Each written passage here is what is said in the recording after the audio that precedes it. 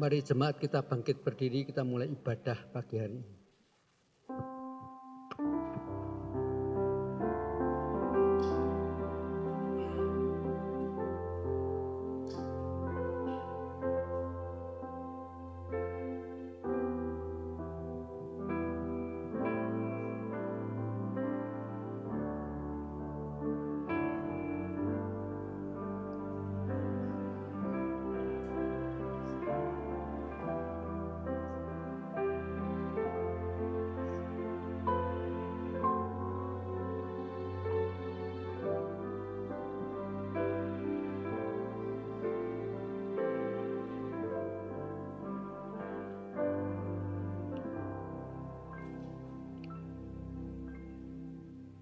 Pertolongan kita adalah dalam nama Tuhan yang menjadikan langit dan bumi, yang setianya sampai selama-lamanya dan tidak meninggalkan pekerjaan tangannya.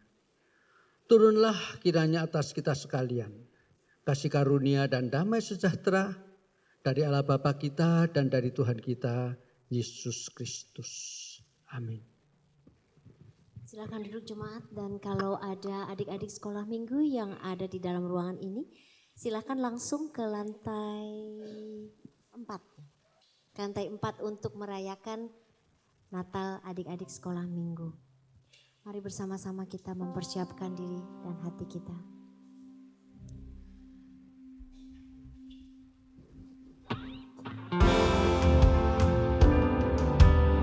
Kita mau memuji dan memuliakan nama Tuhan yang hidup. Dengan sukacita dan penuh syukur, saudara. Mari bersama-sama kita mau meninggikan dan membesarkan nama Tuhan. Yesus Raja Damai, Dia harapan satu-satunya dalam hidup kita.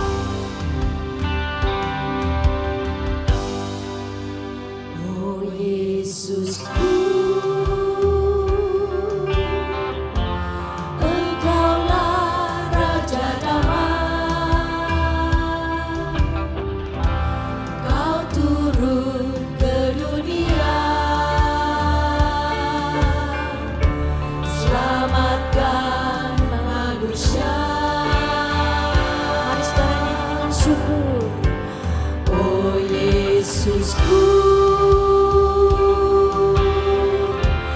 Kau Tuhan penuh kasih, Kau berikan hidupmu untuk tebus dosaku. Kau ya Allah yang ku puji, Kaulah Allah yang ku sembah. Kemuliaan bagimu di tempat maha tinggi. Kemuliaan bagimu di tempat maha. Mari saudara kita berdiri bersama. Kita mau memuji dan memuliakan nama Tuhan.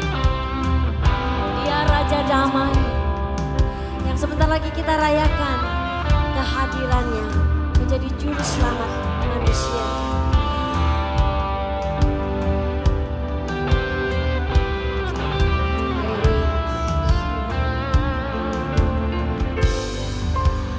Oh Yesusku, Engkaulah Raja Damai. Kau turun ke dunia, selamatkan manusia.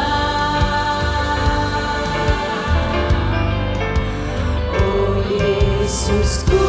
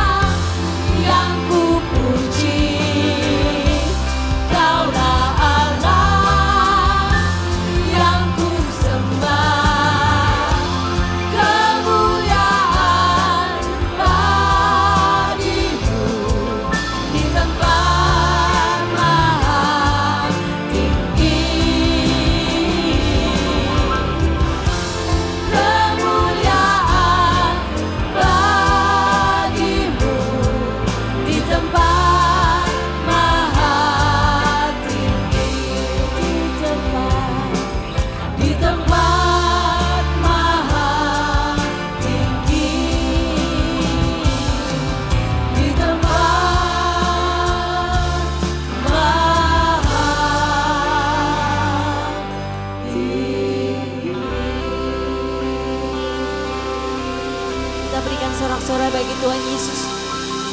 Datang sebagai juru selamat kita. Seperti para gembala. Mendengarkan malaikat memuji kemuliaan bagi Dia. Di tempat yang maha tinggi.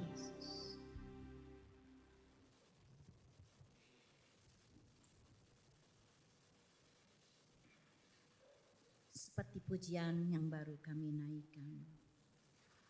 Kami umat-Mu Bapa, datang sujud menyembah kepada Allah dari segala Allah.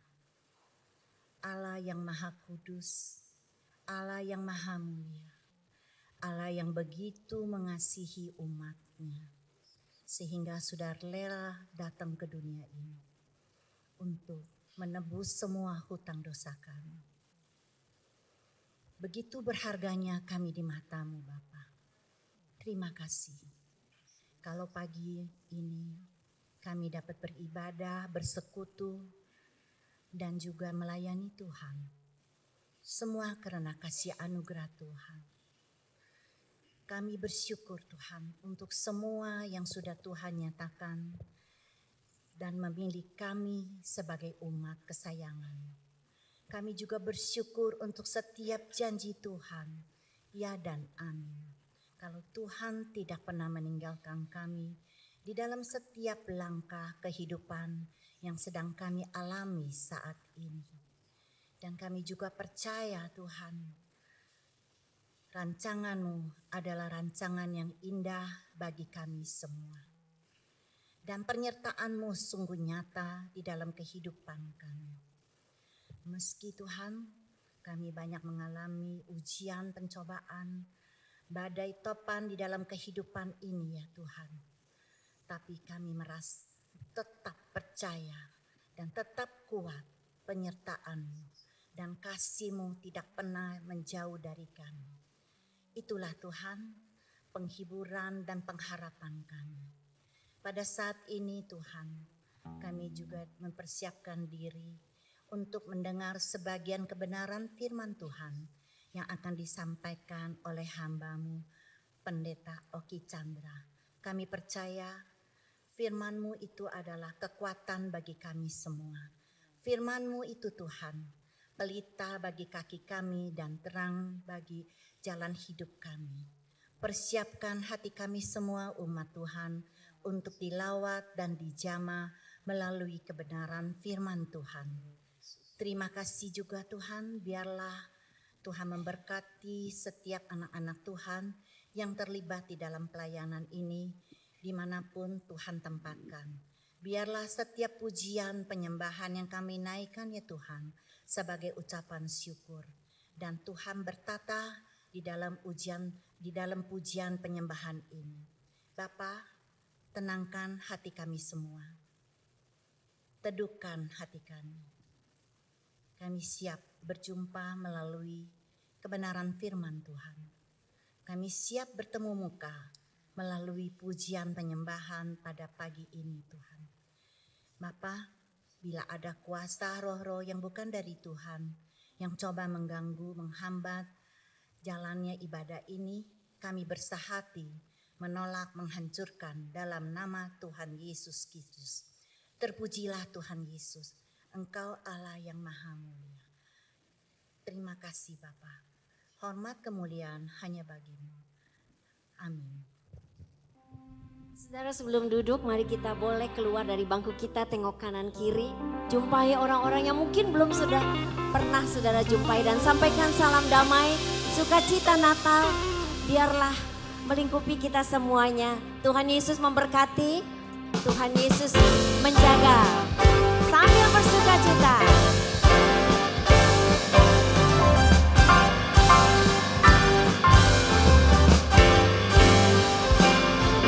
Pengharapanku hanya sebanyaknya yang saudara bisa jumpai, mari saudara. Tuhan mengasihi. Sukacita bulan Desember, sukacita Natal bersama dengan kita. Dia gembala jiwaku. Kita sambut Pendeta Oki Chandra dan keluarga. Tuhan menyertai dan terima kasih untuk pelayanannya. Katakan, Yesus harapan jiwaku.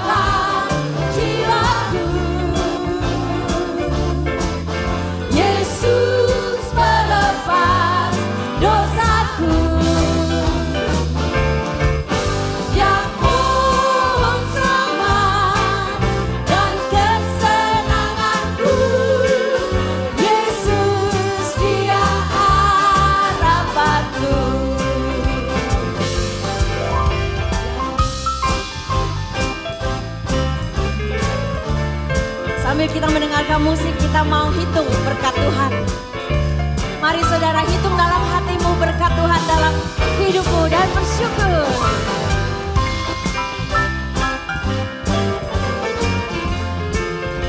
Perhatikan kata-kata ini. Dia menyediakan bagiku tempat di surga bersama-sama. Dia menyediakan bagiku di surga tempat yang indah dan bermegah. Sungguh bahagia bila percaya Yesus Dia harapanku. Mari saudara nyanyi lebih keras. Yesus harapan jiwaku, Yesus melepas, Yesus melepas dosaku. Dia pohon sama dan kesenanganku, Yesus Dia harapanku. Sekali lagi, Yesus harapan jiwaku. Amin. Yesus melepas dosaku. Dia pohon sama dan kesenanganku, Yesus Dia harapanku. Yesus Dia harapanku. Mari saudara katakan sekali lagi. Yesus Dia harapanku.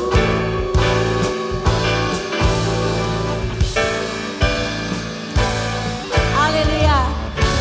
Kita berikan sorak-sorai kemuliaan bagi Yesus, harapan jiwa kita. Amin. Puji nama Tuhan. Silakan duduk jemaat sekalian. Saudara, hari ini singers kita dari Komisi Wanita Gereja Petra Indonesia. Kita berikan kemuliaan sorak-sorak bagi mereka, semangat mereka melayani. Bajunya rapi saudara, dan bukan itu saja. Sekarang saya panggilkan Komisi Wanita Gereja Petra Indonesia untuk memberkati kita dalam puji-pujian. Kita sambut mereka. Mari ibu-ibu, silakan.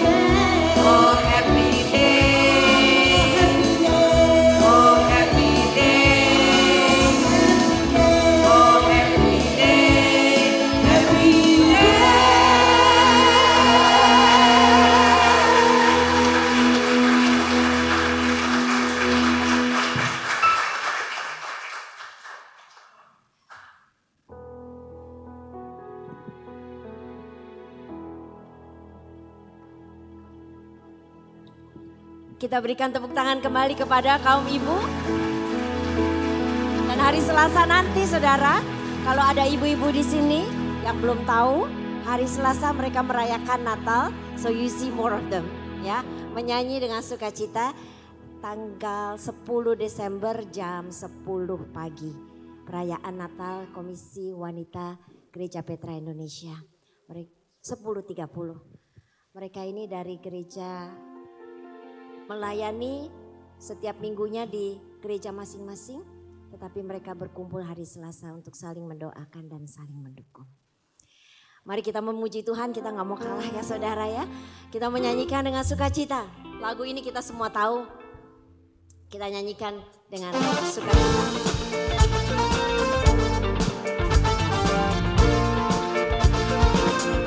Sebentar lagi Natal, mengingat Juru Selamat kita Tuhan Yesus datang buat saudara dan saya. Hai, siarkan di gunung, di bukit dan di mana jua. Hai, siarkan di gunung, lahirnya Al-Masih. Hai, siarkan, Hai, siarkan di gunung, di bukit dan di mana jua. Hai, siarkan di gunung, lahirnya Al-Masih. Di waktu kau gembala menjaga dombanya, terpancar dari langit cahaya mulia. Hai, siarkan di gunung, di bukit dan di mana jua. Hai, siarkan di gunung, lahirnya Al-Masih. Sangat takut ketika mendengar nyanyian bala surga, gempita menggegam.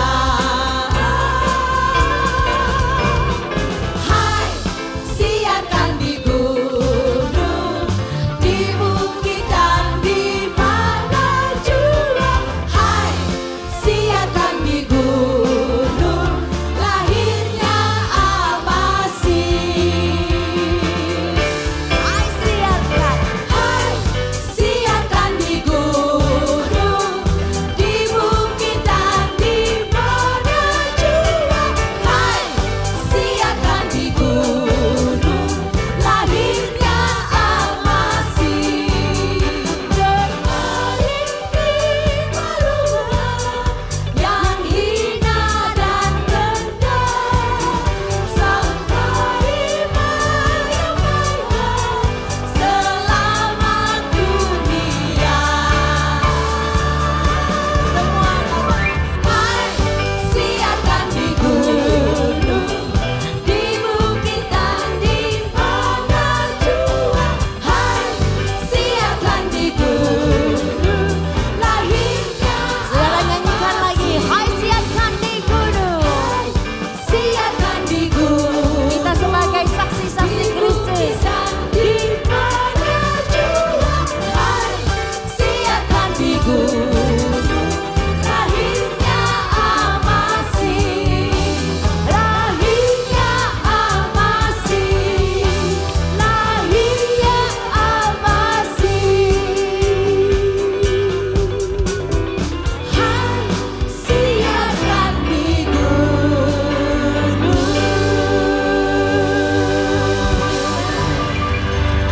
Puji nama Tuhan. Lagu ini kiranya mengingatkan kita untuk terus menjadi saksi Kristus. Natal bukan berhenti di kita, tetapi kita salurkan kabar baik ini. Amin saudara. Mari bersama-sama kita mempersiapkan diri dan hati kita untuk menerima firman Tuhan. Yesus adalah damai dan pengharapan. Lagu ini sudah kita nyanyikan dan gaungkan. Tema ini sudah kita nyanyikan dan gaungkan. Yesus Raja Damai, Dia pengharapan kita. Mari saudara, saudara yang mengalami mungkin tantangan dalam hidup minggu lalu tidak berlalu dengan baik. Mari kita percaya harapan terus ada di dalam Yesus. Kasih-Mu, karya-Mu nyata dalamku.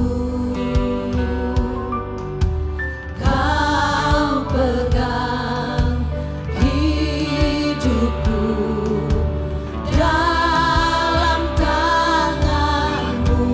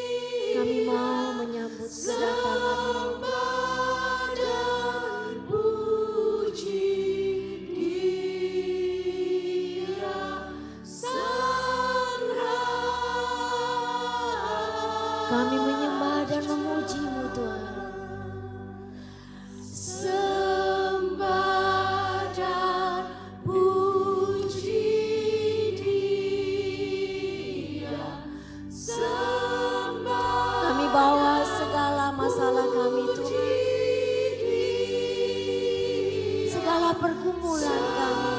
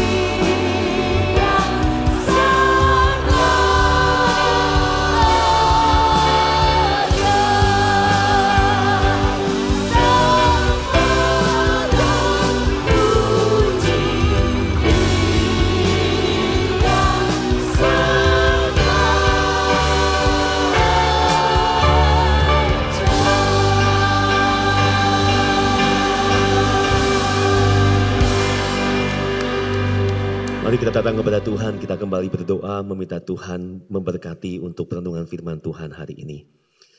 Tuhan, biarlah kami datang kepadamu saat ini, kami boleh menyembah Engkau. Kami boleh memuji nama Tuhan. Karena Engkau adalah Allah yang menyelamatkan setiap kami. Engkau adalah Allah yang membawa kami keluar dari kerajaan yang gelap, masuk ke dalam kerajaan anak-Mu yang tunggal. Dan Tuhan, hari ini waktu kami juga datang, kami ingin mengingat kembali akan Kristus yang hadir dalam hidup kami. Tuhan, tolong supaya kami juga bisa memaknainya dengan tepat. Bahwa kami Tuhan, mungkin yang sebagian dari kami bergumul dengan masalah hidup kami. Kami merasa kami hidup dalam dunia yang gelap. Kami merasa kami berjalan di dalam lembah kekelaman. Tuhan, tolong supaya kami juga bisa memaknai apa artinya Kristus hadir dalam hidup kami. Terima kasih ya Bapa. Tolong berkati untuk pemberitaan firman Tuhan supaya kami siap untuk mendengarnya. Hati kami boleh terbuka, firman Tuhan boleh bertumbuh dan berbuah lebat dalam hidup kami. Terima kasih Bapa, di dalam nama Tuhan Yesus kami berdoa. Amin. Silakan duduk kembali. Shalom Bapak Ibu jemaat sekalian kasih Tuhan. Bersyukur hari ini kita kembali bisa memasuki ya masa Advent, khususnya masa Advent yang kedua pada hari ini. Dan tema yang akan kita bahas hari ini adalah tentang damai dan harapan di masa yang kelam. Dan saya akan mengambil satu bagian firman Tuhan dari kitab Yesaya pasalnya yang ke-9 ayat yang pertama sampai dengan ayat yang ke-6. Ya, Yesaya ayat yang 9, ayat yang pasal 9 ayat yang pertama sampai ayat yang ke-6. Sudah saya tampilkan di slide, ya saya akan bacakan bagi kita sekalian. Demikian firman Tuhan. Bangsa yang berjalan di dalam kegelapan telah melihat terang yang besar. Mereka yang tinggal di negeri kekelaman, atasnya terang telah bersinar. Engkau telah menimbulkan sorak-sorai dan sukacita yang besar. Mereka bersukacita di hadapanmu, seperti sukacita di waktu panen, seperti orang bersorak-sorai di waktu membagi-bagi jarahan. Sebab kuk yang menekannya dan gandar di atas bahunya, serta tongkat si penindas telah kau patahkan, seperti pada hari kekalahan Midian. Sebab setiap sepatu tentara yang berderap-derap dan setiap jubah yang berlumuran darah akan menjadi umpan api. Lalu kita baca ayat 5 dan ayat 6. Sebab seorang anak telah lahir untuk kita, seorang putra telah diberikan untuk kita. Tampuk pemerintahan ada di atas bahunya, dan namanya disebut orang Penasihat Ajaib, Allah yang perkasa, Bapa yang kekal, Raja damai. Besar kekuasaannya dan damai sejahtera tidak akan berkesudahan di atas tahta Daud dan di dalam kerajaannya. Karena ia mendasarkan dan mengukuhkannya dengan keadilan dan kebenaran dari sekarang sampai selama-lamanya. Kecemburuan Tuhan semesta alam akan melakukan hal ini. Sampai semakin jauh pembacaan firman Tuhan pada pagi hari ini. Nah, saudara, kalau orang-orang di sekitar kita ya ditanya apa yang menjadi pengharapan mereka, kira-kira apa yang menjadi jawabannya. Nah, beberapa waktu yang lalu, saudara, negara kita menyelenggarakan pilkada serentak ya, pemilihan kepala daerah. Dan saya percaya bahwa masyarakat kita sangat berharap akan muncul ya para kepala daerah yang bisa memimpin daerah-daerah di Indonesia lebih maju, ya lebih baik di dalam segala bidang. Nah, saya tidak tahu apakah pemimpin yang terpilih itu sesuai dengan pilihan saudara. Tetapi saudara, pertanyaannya adalah kenapa begitu? Ya, kenapa orang-orang masyarakat berharap muncul pemimpin-pemimpin yang jauh lebih baik?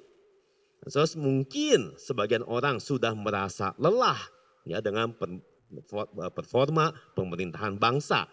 Mungkin mereka merasa sangat kecewa ya mungkin dengan tingkat korupsi yang masih tinggi di antara para pejabat. Sebagian orang berharap bahwa sistem hukum dan sistem peradilan di Indonesia bisa betul-betul ditegakkan. Ya, bahwa pemerintah bangsa kita dapat memperjuangkan nasib rakyat dan tidak mengeruk keuntungan hanya bagi diri sendiri. Sebagian orang lain mungkin sudah tidak berharap apa-apa lagi dengan pemilihan itu. Ya, merasa negara ini sudah rusak, negara ini sudah gelap tanpa harapan. Nah, bagian firman Tuhan yang tadi kita baca merupakan sebuah nubuat dari Nabi Yesaya. Saudara, kalau kita baca pasal-pasal sebelumnya, itu Yesaya sedang memperkatakan teguran Tuhan atas dosa-dosa yang dilakukan oleh umatnya. Nah, kemudian Yesaya menubuatkan bahwa Tuhan itu akan memakai bangsa-bangsa lain sebagai alat murkanya. Karena engkau sudah berdosa, bangsa lain akan datang dan akan menghancurkan bangsa ini. Nah, kita tahu bahwa nantinya ya bangsa Israel dan bangsa Yehuda itu akan dihancurkan dan mereka itu akan mengalami masa pembuangan. Mereka akan menjalani penghukuman di tanah asing. Tetapi ternyata tidak untuk selamanya mereka itu dibuang. Dalam bagian ini Yesaya menubuatkan akan adanya kelepasan yang Tuhan berikan kepada bangsa Israel. Dan kelepasan ini akan membawa damai dan sekaligus menjadi pengharapan bagi umatnya. Ya, kalau kita baca tadi ayatnya yang pertama, bangsa yang berjalan di dalam kegelapan telah melihat terang yang besar. Mereka yang tinggal di negeri kekelaman, atasnya terang telah bersinar. Jadi saudara, di sini Yesaya menubuatkan bahwa terang itu akan datang dan mengusir kegelapan yang menyelimuti umat Israel. Nah, saudara, apa kegelapan yang mereka alami saat itu? Kekelaman yang mereka rasakan. Saudara, itu digambarkan di dalam ayat yang ketiga. Ya, itu seperti kuk yang menekan, ya, gadar di atas bahu, dan tongkat si penindas. Nah, jadi saudara, berada di bawah penindasan bangsa lain itu menandakan tidak ada damai, bukan? Ya, tetapi semuanya itu, ya, gadar itu, kuk itu, tongkat itu akan dipatahkan ketika terang itu datang. Nah, saudara, sampai sini kemudian kita bertanya-tanya, mungkin ya bangsa Israel pun bertanya-tanya, seperti apa wujud dari terang yang membawa damai itu, yang membawa harapan di masa kelam itu. Nah saudara, kalau kita membaca berikutnya, terang itu akan datang dalam wujud seorang anak yang akan dilahirkan bagi kita. Nah saudara, apa ciri-ciri sang anak yang akan membawa pengharapan itu? Dikatakan tampuk pemerintahan akan diletakkan di atas bahunya, namanya disebut orang penasihat ajaib, Allah yang perkasa, Bapa yang kekal, dan Raja Damai. Nah waktu sekarang ya, kita membaca atau mendengarkan gelar-gelar yang dikenakan kepada sang anak. Kita tahu bahwa anak yang akan dilahirkan itu siapa? Yesus Kristus. Maka sebetulnya yang dimaksudkan oleh terang yang akan datang kepada umat Allah adalah sosok sang anak Allah. Nah saudara, sekarang kita mulai bisa bertanya-tanya. Ya, kenapa kedamaian dan harapan umat Allah itu datang melalui Kristus? Nah, saudara, apakah itu masalah? Bisa menjadi masalah. Ya, kenapa masalahnya saudara? Karena sosok yang dijanjikan itu sebetulnya tidak sesuai dengan harapan bangsa Israel. Nah, bangsa Yehuda. Kenapa tidak sesuai saudara?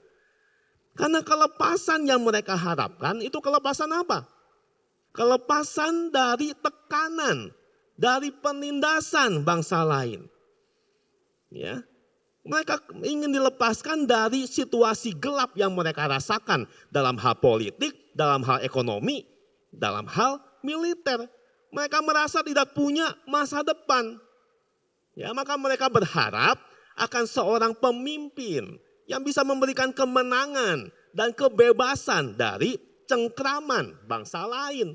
Nah, kalau ada pemimpin seperti itu, maka barulah damai itu akan dirasakan. Maka waktu disebutkan ya bahwa sang anak yang dijanjikan akan meneruskan tahta Daud, tentu tidak salah kalau bangsa Israel pikir apa? Kerajaan Israel itu akan dipulihkan seperti pada zaman kerajaan Daud. Lalu saudara tadi baca ya ayat keempat menyebutkan tongkat si penindas dipatahkan pada hari kekalahan Midian. Nah, saudara, ayat ini mengingatkan pembaca kepada seorang tokoh di dalam perjanjian lama, yaitu siapa? Gideon. Ya, karena melawan bangsa Midian. Kita ingat bagaimana Gideon mengalahkan Midian dengan cara apa? Memimpin orang-orang Israel, pasukan yang jumlahnya sedikit, bukan pasukan lagi, orang-orang Israel. Ya, dari 32.000 dikumpulkan, lalu Tuhan suruh kurangin sampai akhirnya berapa? 300. 300 orang melawan puluhan ribu pasukan Midian. Tapi saudara sudah baca, bisa baca di situ, Midian dikalahkan bukan dengan kekuatan militer Gideon, tetapi oleh kehebatan kuasa Allah. Nah, jadi saudara, waktu bangsa Israel membaca ayat-ayat ini ya, wah, seorang anak itu akan meneruskan tahta kerajaan Daud seperti zaman Midian dikalahkan. Saudara, hal yang wajar, Israel punya pengharapan datang sosok penyelamat yang disertai oleh kuasa Allah. Ngapain? Menggulingkan kekuasaan bangsa asing. Ya, meneruskan pemerintahan Raja Daud, membawa kedamaian kepada umat Allah. Tapi kita tahu ya saat ini bahwa bukan Kristus seperti harapan mereka yang datang di hari Natal. Sosok anak Allah yang berinkarnasi menjadi manusia itu ternyata tidak bermaksud membebaskan umatnya dari perhambaan bangsa lain. Melainkan dari mana? Dari kuasa dosa. Jadi pembebasan yang dikerjakan oleh Sang Mesias itu ternyata bersifat spiritual, bersifat rohani. Dan hal ini tentu di luar dugaan dan di luar harapan bangsa Israel. Nah, sampai sini sudah mungkin kita bisa bertanya ya, kenapa Tuhan kasih harapan yang berbeda dari kerinduan bangsa Israel? Kenapa Tuhan tidak mengabulkan permohonan umat kesayangannya untuk dilepaskan dari penjajahan bangsa lain? Nah, mungkin kita mulai curiga, apakah Allah peduli kepada umatnya? So, tentu Allah peduli. Ya, kita menyaksikan bahwa Allah adalah Allah yang pengasih dan penyayang. Lalu kenapa Tuhan memberikan harapan yang berbeda dari yang diinginkan umatnya? Jawabannya adalah ini. Karena bagi Allah, perbudakan oleh dosa jauh lebih serius daripada penindasan oleh bangsa lain. Sekali lagi saudara, perbudakan oleh dosa itu jauh lebih berbahaya, jauh lebih serius daripada perbudakan atau penindasan oleh bangsa lain. Saudara, pertanyaannya begini, ya. Kita berandai-andai, seandainya bangsa Israel diberikan kelepasan dari penjajahan bangsa lain, menurut saudara, apakah mereka akan bebas dari masalah? Apakah mereka akan menikmati satu kedamaian yang penuh? So, pasti tidak. Pasti tidak. So, lihat saja dunia modern kita sekarang ini. Ya, saudara, bangsa mana yang masih dijajah oleh bangsa lain? Enggak ada. Ya, saudara, tidak ada bangsa di dunia ini yang dijajah oleh bangsa lain. Tetapi kita lihat apa? Menjadi negara merdeka tidak berarti lepas dari masalah, bukan? Tidak berarti mencapai kedamaian yang penuh. Saudara, cek di semua negara, ya tetap aja ada yang namanya ketidakadilan, ada kekerasan, ada penyalahgunaan kekuasaan, dan berbagai bentuk penindasan-penindasan lainnya. Dan soal negara-negara maju pun tidak ada yang lepas dari hal-hal seperti ini, bukan? Nah, jadi saudara, sebetulnya di mana letak masalah dari dunia kita? Apakah masalahnya adalah pendidikan yang kurang? Nah, saudara, apa yang kurang dengan pendidikan zaman sekarang ini? Saudara, apa masalah utama dari manusia? Apakah itu kurang duit? Saudara, apakah kurang uang masalahnya? Saudara, ada pemimpin-pemimpin negara ya yang mengusulkan untuk menaikkan gaji para pejabat pemerintah setinggi-tingginya. Alasannya apa? Karena kalau udah banyak uang, tidak mungkin lagi tertarik dengan korupsi. Saudara percaya? Apakah betul demikian? Ya kalau udah banyak uang, ya mana mungkin pejabat mau korupsi. Seberapa banyak orang yang super kaya tapi tetap haus akan uang? Betul tidak, saudara? Betul. Maka saudara, apa penyebab utamanya? Penyebab utama mengapa dunia kita begitu gelap adalah karena adanya dosa. Korupsi, keserakahan, semua bentuk ketidakadilan berasal dari dosa manusia. Dan inilah yang Tuhan ingin bereskan. Itu sebabnya Allah mengutus Yesus Kristus lahir bagi kita di malam Natal. Karena sekali lagi saudara, tampuk pemerintahan ada di atas bahunya. Sedunia kita hari ini adalah dunia yang gelap karena dikuasai oleh dosa. Kita ditaklukkan, ditindas oleh dosa. Tetapi sang anak itu datang menjadi terang dunia, membebaskan setiap orang yang percaya kepadanya.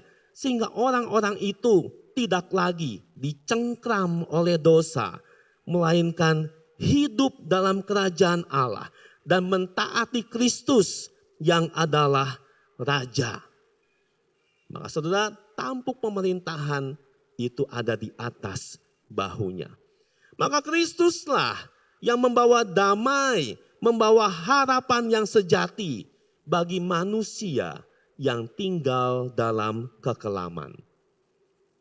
So, walaupun tidak sesuai dengan harapan manusia, harapan yang Allah berikan itu jauh lebih baik, melampaui apa yang bisa dipikirkan oleh manusia. Saudara, kita akan lihat apa yang disebut orang ya dengan sang anak ini. Yang pertama disebutkan sebagai penasihat ajaib. Penasihat itu berarti orang yang bisa memberikan nasihat dan pertolongan yang tepat karena dia pernah berada di tempat kita. Saudara, sang anak Allah itu menjadi manusia sama seperti kita. Dan dia memahami segala kelemahan kita, mengalami segala keterbatasan kita. Dan ia pernah mengalami puncak penderitaan, yaitu ketika dia disalibkan. Seluruh dosa kita ditanggungkan kepadanya. Dan dia pernah mengalami kematian. Satu-satunya yang belum pernah kita alami, kematian. Itu sebabnya Yesus dapat menjadi penolong dan penyelamat kita. Yang kedua, saudara, dikatakan bahwa Yesus juga disebut sebagai Allah yang perkasa. Artinya apa? Karena waktu dia menderita atau mengalami kematian, dia tidak mati selama-lamanya. Ya, kubur itu tidak dapat menahan dia. Dan pada hari yang ketiga, dia bangkit. Dan dengan demikian menaklukkan maut, memberikan kemenangan kepada umatnya. Allah yang perkasa. Yang ketiga, saudara, dikatakan namanya juga disebut sebagai Bapa yang kekal. Artinya apa, saudara? Bukan bicara bahwa Yesus kok sama Allah Bapa sama, enggak, saudara. Di sini Bapa adalah fungsi Bapa yang melindungi, yang menjaga. Maka Yesus itu akan bertindak menjadi Bapa pelindung, penjaga umatnya. Begitu engkau dan saya percaya kepada Yesus, dia akan menjaga iman kita sampai nafas terakhir kita. Tuhan tidak akan membiarkan kita terhilang dari hadapannya. Dan terakhir, saudara, namanya disebut juga Raja Damai. So, damai di sini bukan berarti ketiadaan masalah, ya, atau tidak adanya konflik. Damai ini bicara tentang relasi. Nah, saudara ingat, dosa itu menghancurkan relasi antara manusia dengan siapa?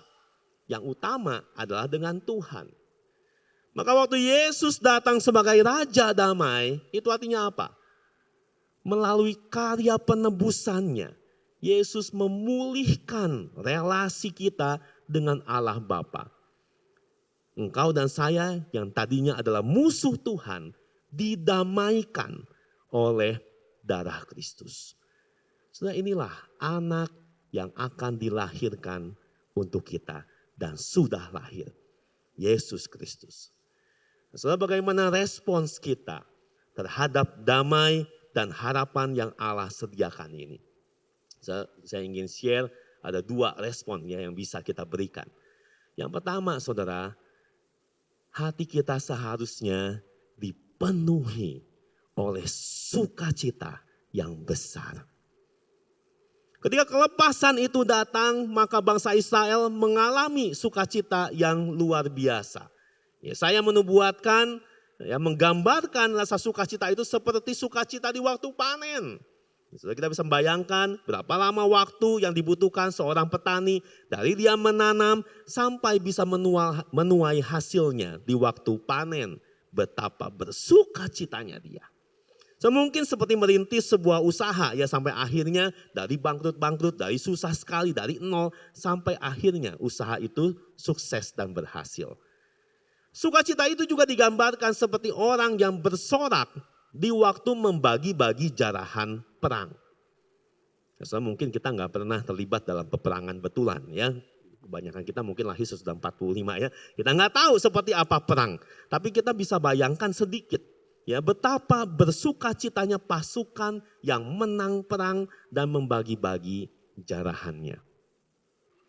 Saudara, adakah hati kita dipenuhi dengan sukacita yang besar? Saya khawatir bahwa saking seringnya kita mendengar berita Natal, mungkin kita sudah merasa terlalu biasa dan kita tidak lagi bisa bersukacita. Mari ingat lagi kasih Allah yang besar bagi kita. Kalau anak Allah itu tidak pernah dilahirkan betapa semua kita hidup dalam kesia-siaan. Kita akan berjalan menuju kebinasaan. Kita tidak akan pernah mengenal Allah. Dan kita tidak pernah mencicipi apa itu damai yang sesungguhnya. Kita akan berjalan dalam dunia yang sangat gelap. Kita akan kehilangan arah dan tidak ada harapan. Tapi bersyukur karena Allah tidak membiarkan engkau dan saya hidup dan mati dalam kekelaman. Allah menyatakan anugerahnya yang besar di tengah ketidakberdayaan dan keputusasaan kita. Allah mengirimkan terangnya, melepaskan engkau dan saya dari kegelapan, dan keselamatan yang kita terima bukan hanya sementara, tapi kekal adanya. Tadi saudara Komisi Wanita menyanyikan, oh happy day, because he washed away my sin. Sesuatu yang tidak pernah bisa dilakukan oleh siapapun juga, oleh agama apapun juga, hanya bisa oleh Kristus. Yang kedua saudara, respons kita yang kedua adalah apa? Saudara, waktu Tuhan mengirimkan harapan dan damai kepada kita, maka respons kita seharusnya adalah kita menjadi agen pembawa damai, pembawa harapan ke dalam dunia ini.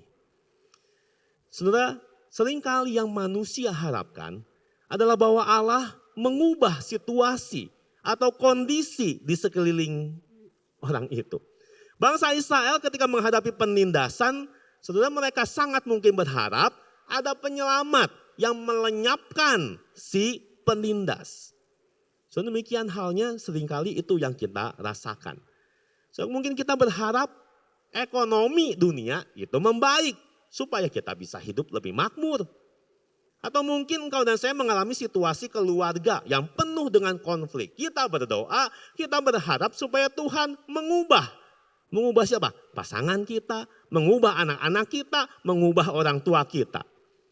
So, tentu Tuhan bisa mengubah situasi. Tapi sepertinya itu bukan cara kerja Tuhan yang utama. So, dia memberikan anaknya bagi kita menjadi terang, melepaskan kita dari kegelapan supaya kita menjadi terang dan menerangi dunia yang gelap ini.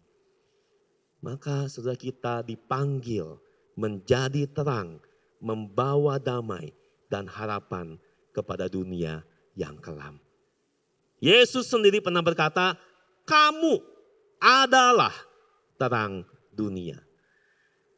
Artinya kita yang sudah menerima Yesus lahir dalam hati kita, kita dipanggil untuk memberitakan Yesus dan hidup serupa dengan Dia. Allah tidak selalu bekerja ya dengan mengubah situasi hidup kita saat ini. Tapi yang pasti Dia meminta kita membawa damai, membawa harapan ke dalam dunia yang berdosa. Sebanyak orang ya kecewa karena menemukan praktek korupsi di mana-mana, bahkan di kalangan pemerintahan. Tapi permisi tanya, saudara, apakah orang-orang yang kecewa ini sudah mempertahankan tangan yang bersih dalam usahanya, di dalam pekerjaannya? Bukan saja enggak korupsi uang, tapi juga tidak korupsi waktu, memberikan yang terbaik dalam pekerjaannya. Sebagaimana dengan kita? Apakah kita masih berharap Tuhan mengubah situasi hidup ini? Mengubah pemerintah, mengubah keluarga, mengubah orang-orang di tempat kerja kita. So, boleh saja kita berdoa seperti itu. Tapi Tuhan memanggil engkau dan saya menjadi agen-agen pembawa damai dan harapan ke dalam dunia yang kelam ini. Sudahkah kita memenuhi panggilan itu? So, ingatkah kita dalam kehidupan gereja mula-mula ya, sesudah peristiwa Pentakosta, saudara, apa yang dilakukan oleh para petobat baru? Roh Kudus dicurahkan, Petrus berkhotbah, 3.000 jiwa dibaptis. Sesudah itu mereka hidup dalam persekutuan yang sangat erat. Ya, dan kita membaca satu bagian yang sering membuat kita tercengang ya, dan sebuah idealitas ya, idealisme dari sebuah komunitas. Semua orang yang percaya dikatakan tetap bersatu dan semua milik mereka adalah milik bersama, dan selalu ada dari mereka yang menjual harta miliknya lalu membagi-bagikannya kepada semua orang sesuai dengan keperluan masing-masing. So, perhatikan di sini bahwa Tuhan tidak mengubah kondisi orang-orang percaya itu. Ya, mereka yang datang, mereka dari kalangan miskin, begitu percaya Tuhan Yesus jadi kaya. Enggak. Tuhan tidak mengubah mereka menjadi kaya secara materi. Tuhan tidak mengubah situasi pada saat itu. Tapi apa yang terjadi? Orang-orang percaya yang lebih berada menjual harta miliknya, lalu membagikan hasil penjualan itu kepada orang-orang yang membutuhkan. Mereka menjadi terang, menjadi berkat bagi orang-orang yang kesulitan secara ekonomi. Setelah itu yang dilakukan oleh orang-orang Kristen. Salah satu lagi yang bisa kita lihat, ya, salah satu praktek di dalam kekaisaran Romawi selama 3 abad awal, saudara, adalah praktek infanticide. Ya, jadi ini saya tuliskan bahasa Inggrisnya. Apa itu infanticide? Infanticide itu seperti istilahnya membunuh bayi yang baru lahir. Jadi kalau aborsi itu membunuh bayi sebelum lahir, ya, infanticide itu membunuh bayi yang baru lahir. Tapi saudara tentu kan ini mereka nggak sampai hati membunuhnya, ya. Jadi apa yang dilakukan pada saat itu? Mereka akan membiarkan bayi yang baru lahir itu sampai mati. Gimana caranya? Biasanya bayi-bayi yang tidak diinginkan itu dibuang ke tumpukan sampah terdekat atau tempat-tempat yang terlantar supaya mereka mati sendiri. Tapi saudara, apa yang terjadi? Saudara, kebanyakan bayi-bayi itu diambil oleh orang-orang asing, orang-orang yang lewat, lalu dibesarkan menjadi seorang budak. Nah, saudara, zaman ini sangat mengerikan, tapi zaman dulu saudara itu hal yang biasa, hal yang normal. Nah, salah satu alasan kenapa bayi-bayi itu dibuang adalah faktor kemiskinan. Di dalam kasus ini menjadi cara orang tua bisa memilih jenis kelamin, anak mana yang mau mereka besarkan. Nah, tetapi cara ini ternyata menjadi sumber tersedianya budak-budak di kekaisaran Romawi. Diperkirakan sekitar 500.000 budak dibutuhkan setiap tahun di Romawi. Dan infanticide ini bisa menyumbang sekitar 150.000 budak. Maka sebagian dijual ke rumah bordil. Nah, saudara, apa reaksi orang Kristen terhadap praktek infanticide ini? So, saya percaya mereka merasa sedih, mereka berdoa supaya praktek ini bisa dihilangkan dari kekaisaran Romawi. Tapi saudara, mereka melakukan sesuatu. So, beberapa penulis Kristen awal mengecam infanticide, itu dosa yang sangat serius. Justinus Martyr menulis di dalam First Apology salah satunya. Orang-orang Kristen juga terkenal. Kenapa saudara? Karena mereka satu-satunya komunitas yang menyelamatkan bayi-bayi itu. Dan mereka adopsi menjadi anak-anak mereka. So, hanya orang-orang Kristen yang melakukan hal itu. Nah, banyak komunitas Kristen kemudian mengembangkan sistem untuk memperhatikan anak-anak yatim piatu. Menciptakan satu bentuk kesejahteraan sosial yang saat itu masih belum ada. Sampai di abad keempat, ya, dengan bertobatnya Kaisar Konstantin dan kaisar-kaisar Kristen sesudahnya, barulah hukum-hukum itu dibuat untuk melarang infanticide, menyediakan perlindungan bagi anak-anak. So, kita bisa melihat bagaimana orang-orang Kristen saat itu menjadi terang dalam dunia yang gelap, membawa harapan kepada masyarakat sekitar mereka, memerangi praktek yang jahat pada masanya. So, bagaimana dengan kita? Apa hal yang dapat kita lakukan untuk membawa pengharapan, membawa damai, terang itu kepada orang-orang di sekitar kita? Saudara, maka di masa Advent ini kita diingatkan lahirnya juru selamat dunia.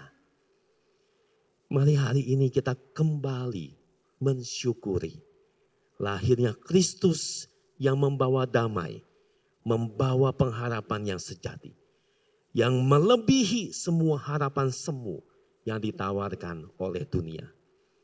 Kiranya Tuhan memperbaharui sukacita kita. Mohon Tuhan juga perbaharui komitmen kita menjadi terang bagi dunia ini. Membawa harapan kepada orang-orang di sekitar kita. Karena kita punya Kristus di dalam hati kita. Mari kita masuk dalam doa.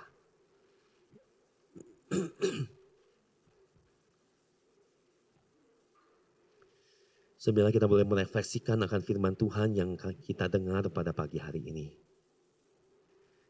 Setiap tahun kita sudah mendengarkan berita Natal, memasuki Advent seperti ini. Bahwa Yesus itu sudah lahir bagi engkau dan saya. So, apakah kita masih bersuka cita mendengarkan kabar ini? Atau berita Natal sudah menjadi sesuatu yang terlalu biasa dan tidak menimbulkan perasaan apa-apa dalam diri kita. Yang terbayang adalah kondisi kita yang tersesat, kondisi kegelapan kita masing-masing ada masalah-masalah berat. Kita ingin segera Tuhan menyelesaikan itu untuk kita. Kita terus memohon Tuhan mengubah situasi supaya kita bisa hidup lebih nyaman, kita hidup lebih tentram dan damai.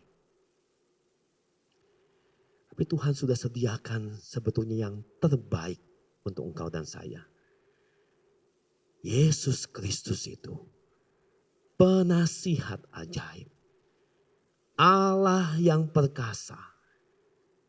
Bapa yang kekal. Dan Raja damai. Tuhan, biarlah hati kami boleh kembali penuhi dengan syukur.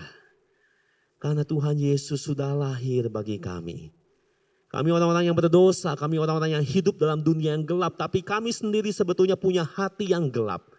Tapi Tuhan, Engkau lahir menerangi hati kami yang kelam. Tuhan, kalau kami boleh mengingat peristiwa itu, pengalaman rohani itu, Tuhan, biarlah tidak henti-hentinya jiwa kami dipenuhi dengan rasa terima kasih.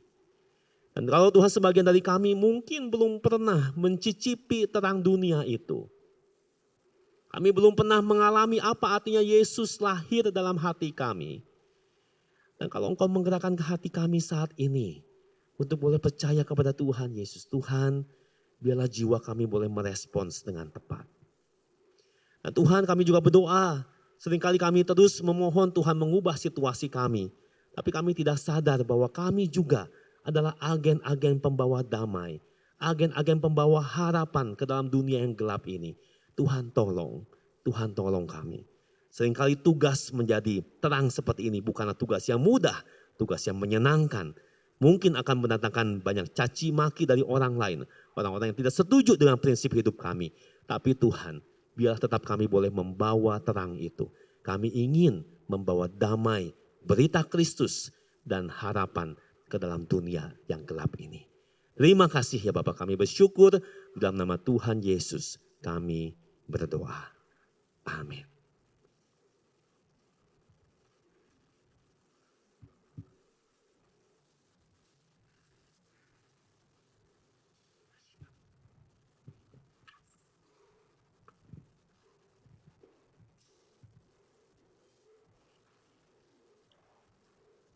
Mari jemaat yang dikasihi Tuhan, kita bangkit berdiri bersama-sama dengan segenap umat percaya sepanjang zaman. Kita mengikrarkan pengakuan iman rasuli yang berbunyi demikian. Aku percaya kepada Allah, Bapa yang Maha Kuasa, Kalib langit dan bumi, dan kepada Yesus Kristus, anaknya yang tunggal Tuhan kita, yang dikandung daripada Roh Kudus, lahir dari anak darah Maria, yang menderita di bawah pemerintahan Pontius Pilatus, disalibkan, mati dan dikuburkan, turun ke dalam kerajaan maut. Pada hari yang ketiga, bangkit pula dari antara orang mati, naik ke surga, duduk di sebelah kanan Allah, Bapa yang Maha Kuasa, dan akan datang dari sana untuk menghakimi orang yang hidup dan yang mati. Aku percaya kepada Roh Kudus, gereja yang kudus dan am, persekutuan orang kudus, kebangkitan dosa, kebangkitan daging, dan hidup yang kekal. Amin. Silahkan duduk. Mari kita bersama-sama berdoa sebelum kita mengumpulkan persembahan.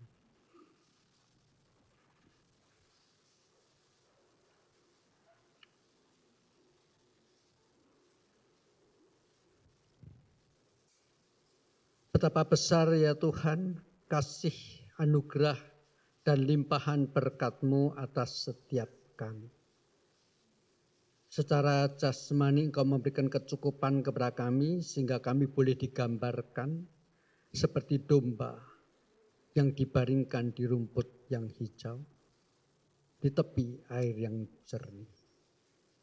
Tetapi secara spiritual kami boleh juga mendapat kelimpahan sehingga kami boleh digambarkan seperti domba-domba yang dituntun di jalan yang benar dan menemukan keselamatan dalam Kristus Yesus. Kami mengucap syukur untuk semuanya ini. Itu sebabnya dalam ibadah pada pagi hari ini kami mau mengekspresikan syukur kami ini dengan mengumpulkan persembahan yang sebetulnya bahkan juga merupakan bukti Engkau terlebih dahulu sudah memberkati kami. Apa yang kami kumpulkan ya Tuhan kiranya Engkau terima. Kami berdoa di dalam nama Tuhan kami Yesus Kristus. Amin.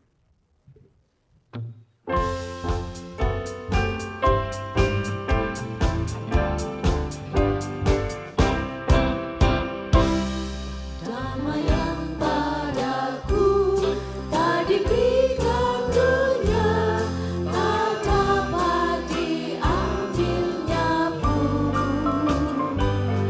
Meski susah tempuh, takutku tidaklah, karena damai Tuhan ku turun.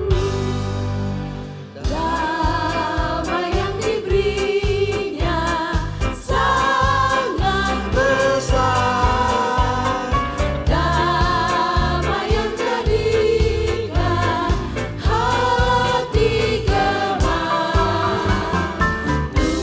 Tuhan besertaku sepanjang jalanku, Yesuslah saja ku harapkan. Segenap alam sujud sambil memuji-Mu, olehnya damai-Ku tambah. Duka hilang lenyap, terbitlah giliranku, Yesus Tuhan yang sangat indah. Damai yang diberinya sangat besar, damai yang jadikan hati gemar. Tuhan besertaku sepanjang jalanku, Yesuslah saja ku harapkan. Harta yang terbesar oleh Yesus diberi, yaitu damai dan teman. Dia datang segera, berkat-Nya tak tepi bagi yang percaya sebenar. Damai yang diberinya sangat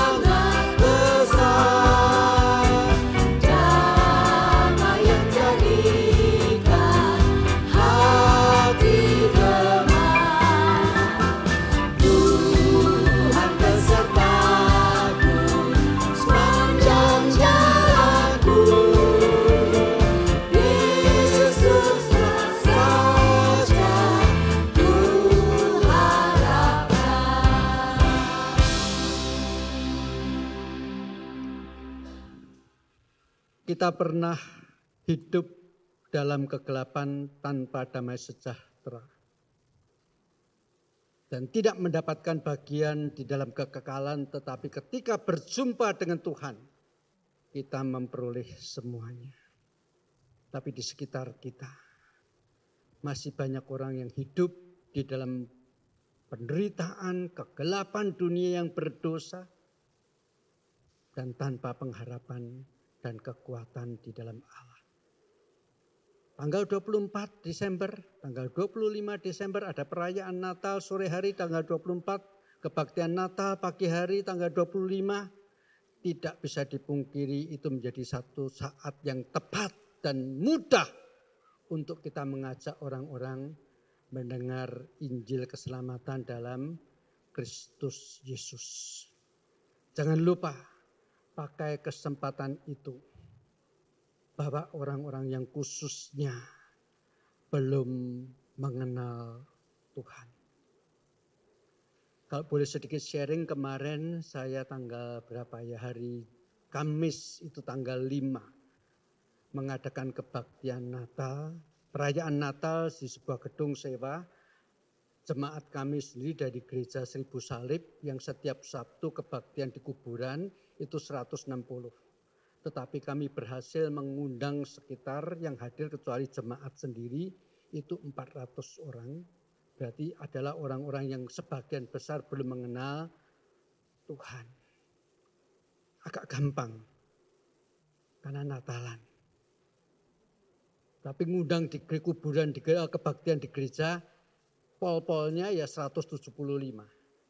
Tapi begitu Natalan 400 datang semua.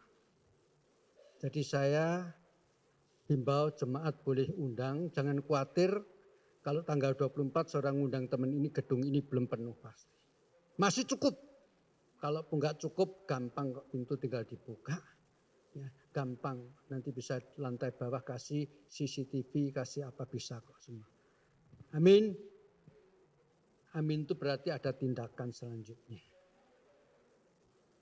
Oke, mari kita bersama-sama masuk di dalam doa. Tuhan, kami pernah terlahir dan persis seperti infanticide pada zaman dulu. Kami menjadi bayi-bayi yang dibuang masuk dalam kegelapan dunia. Tetapi Engkau mengutus anak-Mu yang tunggal, lahir juga ke dalam dunia. Bukan supaya mengalami nasib yang sama seperti kami di infanticide. Tetapi untuk menjadi yang satu persatu mengambil kami semua. Bukan untuk dijadikan budak. Bukan dikerja rodikan.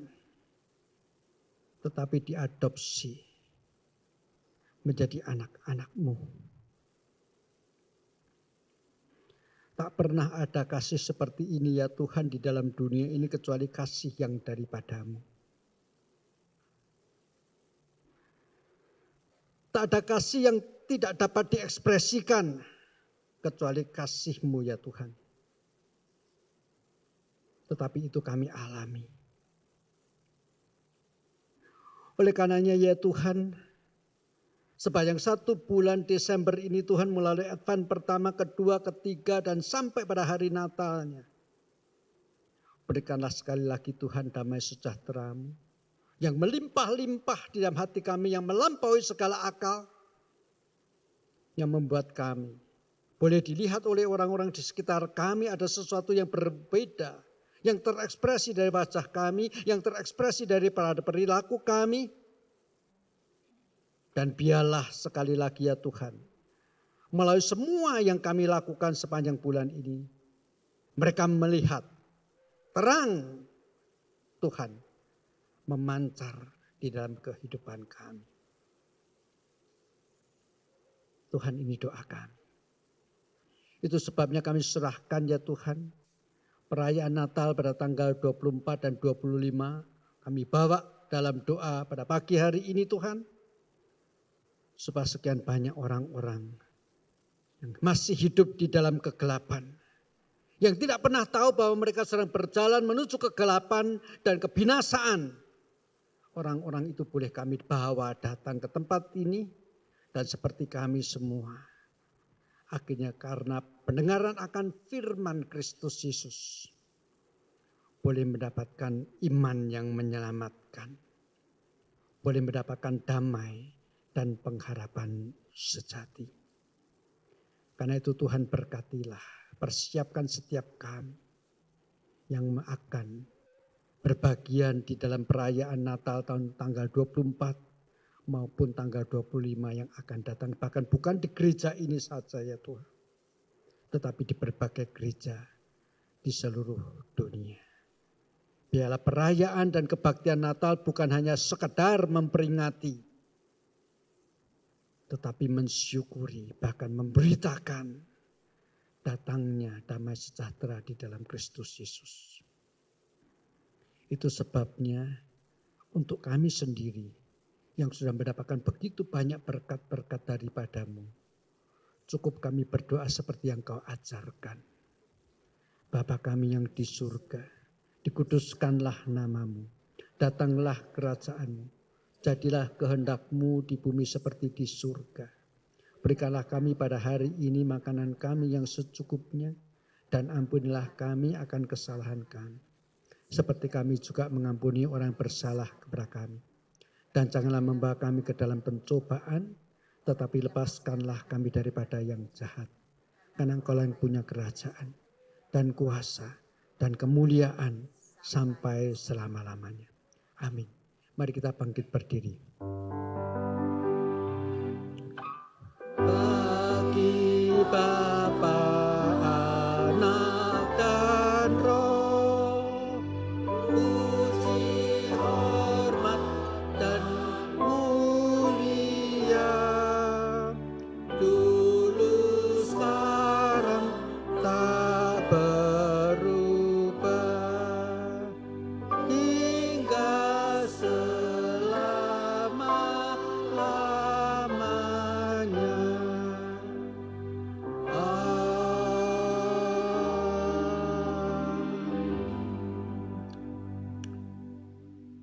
Kiranya kasih karunia daripada Allah Bapa, cinta kasih dan damai sejahtera dari Tuhan Yesus Kristus, pimpinan dan penyertaan, penghiburan bahkan persekutuan di dalam Allah Roh Kudus menyertai saudara-saudara sekarang ini sampai selama-lamanya. Amin.